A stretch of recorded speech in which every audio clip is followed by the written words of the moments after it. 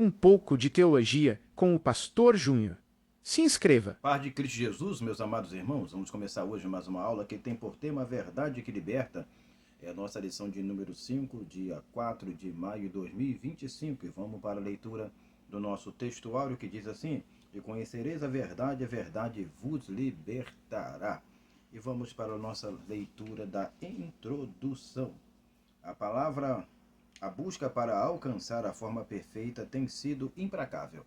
Essa busca implacável ela deve ser resumida no seguinte fato, que há pessoas que tentam, de todas as formas e maneiras, alcançar a perfeição, alcançar a santidade e outras coisas, mas de uma forma insustentável, que é o sustentável que ela não tem a capacidade espiritual, a capacidade emocional, até física, podemos dizer assim, para sustentar aquilo que tem buscado. E depois, com o decorrer do tempo, a pessoa vai perdendo a sua sustentabilidade, a sua capacidade de manter aquilo que buscou desenfreadamente. Então, deve essa busca pela perfeição, de forma implacável, ser moderada, ser equilibrada com o conhecimento e o relacionamento com a verdade de Deus. Todos querem conhecer o que é bom, agradável e perfeito. Filipenses capítulo 4, versículo 8. Isso é importante e relevante. Devemos buscar o que sempre é bom, agradável e perfeito, mas sempre mantendo aquele devido equilíbrio. A verdade não pode ser buscada descontroladamente. Por que ela não deve ser buscada descontroladamente? E isso traz emocionalmente desequilíbrio. Então, quando você busca a verdade de uma forma desequilibrada, você não tem equilíbrio em si, aquela verdade também, com o decorrer do tempo, vai se tornar desequilibrada, ela vai se tornar insustentável, não vai conseguir se manter por muito tempo. Por isso que muitas pessoas que chegaram a um alto patamar de santidade, aparentemente falando, a um alto patamar de verdade, figuradamente falando, depois se desviaram, se descambaram para um caminho de perdição. Por quê? Porque essa verdade que buscou descontroladamente, ele não tinha o equilíbrio emocional para isso. Então, se não tem equilíbrio emocional, não tem como sustentar aquilo que tem se buscado ou adquirido.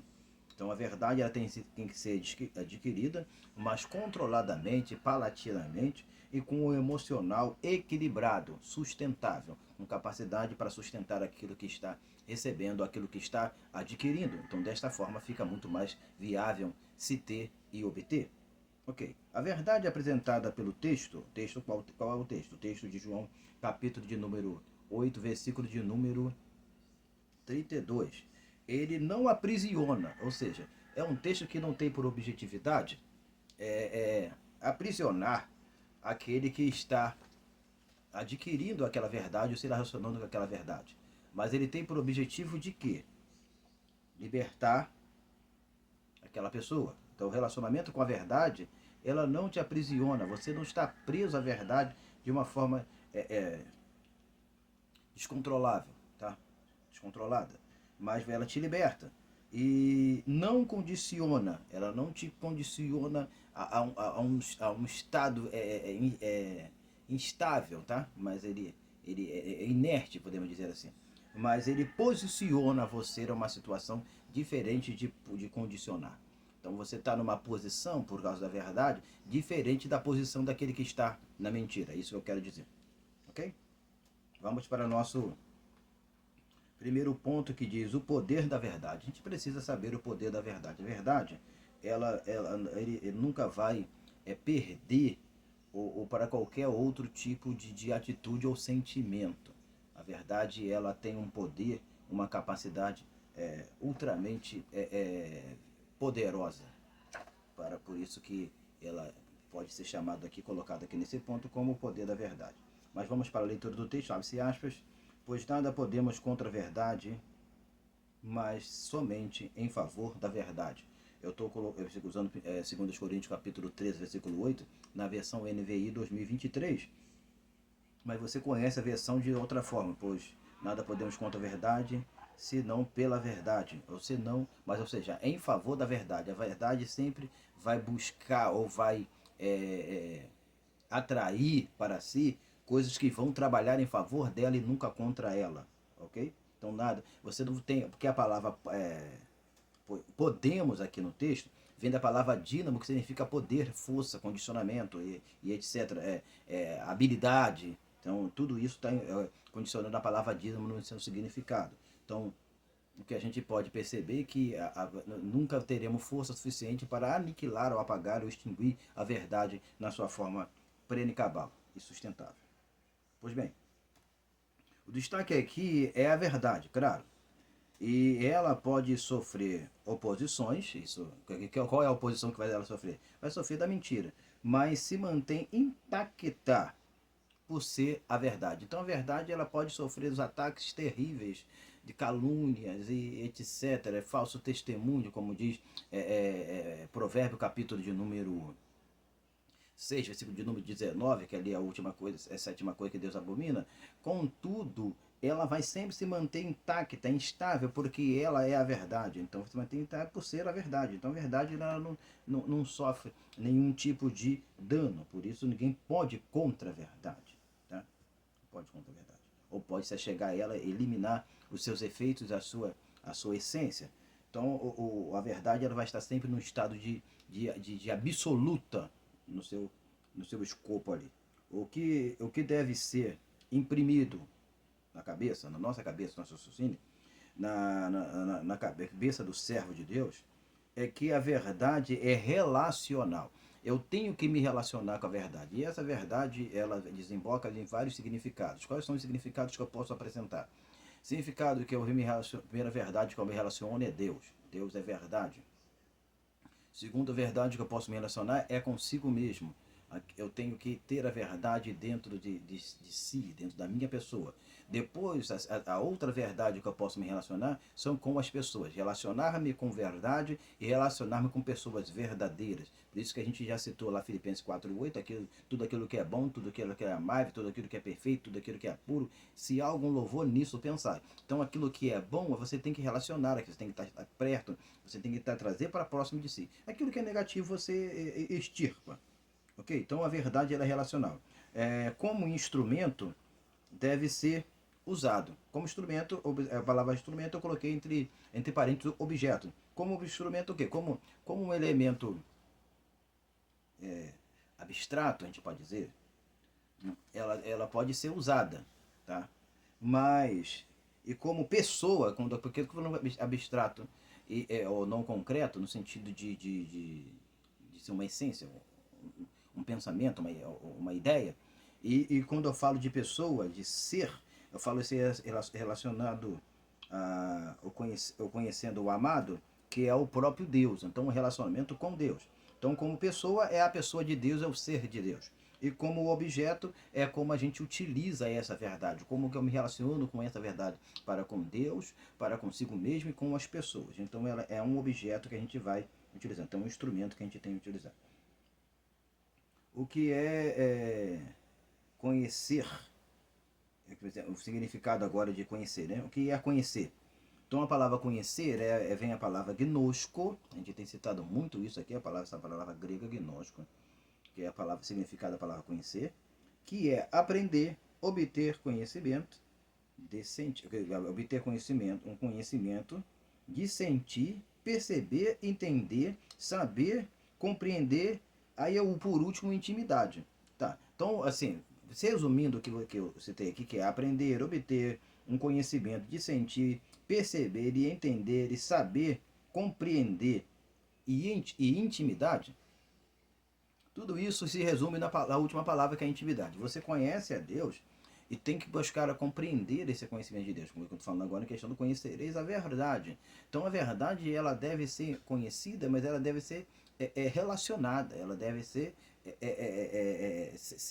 intimar de nós. Né? Na intimidade, o termo aqui é até usado no Novo Testamento algumas vezes, com um paralelo do que é usado lá no Primeiro Testamento, Antigo Testamento, a palavra hebraica, com intimidade sexual de um casal.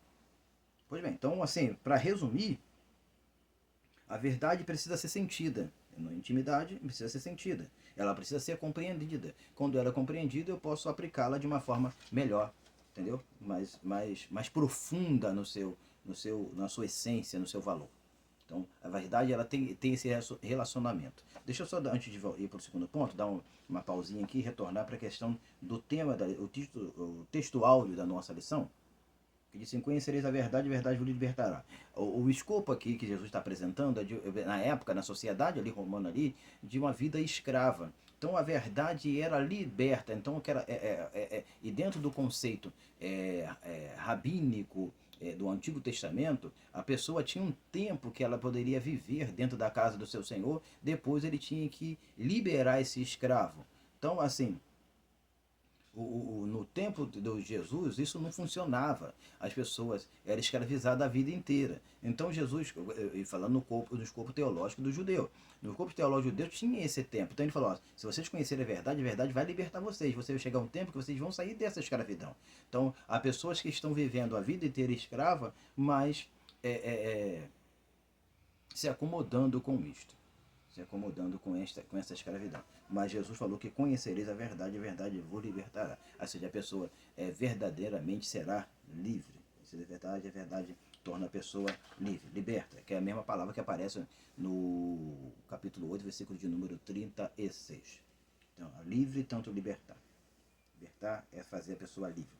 Vamos para o nosso segundo ponto, que é o fruto da verdade. Abre-se aspas e vamos para a leitura. A verdade não gera superficialidade. Vou repetir. A verdade não gera superficialidade. Ou seja, a verdade ela vai te incomodar, ela vai te encorajar, ela vai te direcionar para aquilo que é mais profundo, aquilo que é mais atraente. Então vai sempre te... Desculpa. Uma gripe chegando aí. Vai sempre te aproximar. Então vamos para a leitura. O que Jesus trouxe para nós foi. Deixa eu só dar uma pausa aqui, que aí nós vamos ver agora uma relação de muitos versículos que a gente vai citar de uma forma bem ligeira, só os textos, para que você possa fazer a leitura com calma e assim poder aplicar em sua aula. Então, voltando ao ponto, é o seguinte: o que Jesus trouxe foi graça e verdade. Vale se relacionar aqui que a graça e a verdade elas estão acopladas no mesmo sentido, porque quando a gente lê o capítulo 1 de João, versículo 17, fala que Moisés trouxe a lei, mas Jesus trouxe a graça e a verdade. Então se divide graça e verdade, mas uma verdade sem graça fica uma verdade não verdadeira, porque a graça de Deus, o charis de Deus, o carisma de Deus é que sustenta, o que viabiliza essa verdade ter a capacidade e a condição de caminhar um pouco mais para frente sem se deturpar com a mentira que lhe persegue constantemente. Então, João capítulo 1, versículo 17. Mas, infelizmente, tem aqueles que não se firmam na verdade. João capítulo 8, versículo de número 44, mesmo ela sendo sinônimo de comunhão. O que é sinônimo de comunhão? É a verdade. 1 João capítulo 1, versículo 6. Fonte de quê? De santificação. Evangelho de João, capítulo 17, versículo 17 e 19. Então a verdade é fonte de santificação. E Jesus, a voz da verdade. Evangelho de João, capítulo 17, versículo de número 37, quando Pilatos pergunta a Jesus o que é a verdade. Jesus é a voz da verdade. Mas não é o grupo que canta por toda a minha vida. Não é esse não, tá? Jesus realmente é a voz verdadeira. Aquela que penetra no íntimo, no âmago da alma. Seguindo, o caminho da verdade deve ser construído, tá? Você precisa construir um caminho da verdade. Aí a gente tem 3 João, aqui ó, melhor, né? 3 João, capítulo de número 1, versículo de número 8. Claro, evidentemente que João não tem capítulo, porque só tem um capítulo só, tá? Isso aqui é só para que você possa se sintualizar, tá? Você saber como que funciona. 1 João capítulo 1, versículo de número 8. Então, o caminho da verdade deve ser construído para os que querem amar e conhecer a verdade. 1 João capítulo 3, 18 e 2 João capítulo 1, versículo 1. Então, a verdade ela precisa ser construída para aqueles que querem conhecer a verdade. Tá? Então, aquele que quer conhecer a verdade, ele vai labutar, ele vai trabalhar para que consiga trazer esse patamar, essa verdade implícita, explícita, melhor dizendo, dentro, que está implícita, mas tornar explícita dentro do seu coração e trazer a público. esse andamento, na verdade, 2 João capítulo 1, versículo 4 e 3 João 1, 3 e 4, vem pelo o mandamento de Deus, mandamento de Deus estar nele. Então, quando o mandamento de Deus está dentro de você, então esse andamento, na verdade, ele anda na verdade, ele construiu um caminho da verdade, ele construiu um sentimento de verdade, ele construiu um relacionamento com a verdade, ele construiu uma intimidade com a verdade. Então esse andamento na verdade vem pelo mandamento de Deus estar dentro dele, ok? Dentro dele. Então esse mandamento de Deus já está em 1 João capítulo 2, versículo de número 4, é muito versículo para você guardar, tá? Então, então esse mandamento de Deus está nele, e a ciência plena o que essa verdade pode produzir. Então o que acontece? Voltando à leitura primária agora, sem a gente precisar citar os textos de uma forma intervalar. Esse andamento, na verdade, vem pelo... esse andamento da verdade vem pelo mandamento de Deus estar nele, e a ciência plena o que aquela verdade pode produzir. Aquela verdade pode produzir. Então o que é produzir ali? Eu botei Mateus capítulo 3, versículo de número 8. Produzir fruto digno de arrependimento. A verdade pode produzir arrependimento. Ok. Conclusão. O crente precisa ter ciência da verdade. 1 João, a gente já citou lá em cima, de uma forma com outro versículo. 1 João 2, 21. Tá? E você é bom ler esse versículo. Esse versículo ele faz tanto paralelo da verdade, tanto paralelo da mentira. Então, o crente precisa ter ciência da verdade e se comunicar com ela constantemente para não sair do caminho. Evangelho de João, capítulo 14, versículo 6. Então, o crente precisa se relacionar com a verdade para que não venha sair do caminho, o caminho da verdade. Jesus falou que é o caminho, a verdade e a vida. A dependência dessa verdade vem em saber. Saber o quê? O que é a dependência da verdade? A dependência da verdade é em saber o quê? Saber que não podemos nada contra a verdade. A gente já citou, 2 Coríntios capítulo 13, versículo de número 8.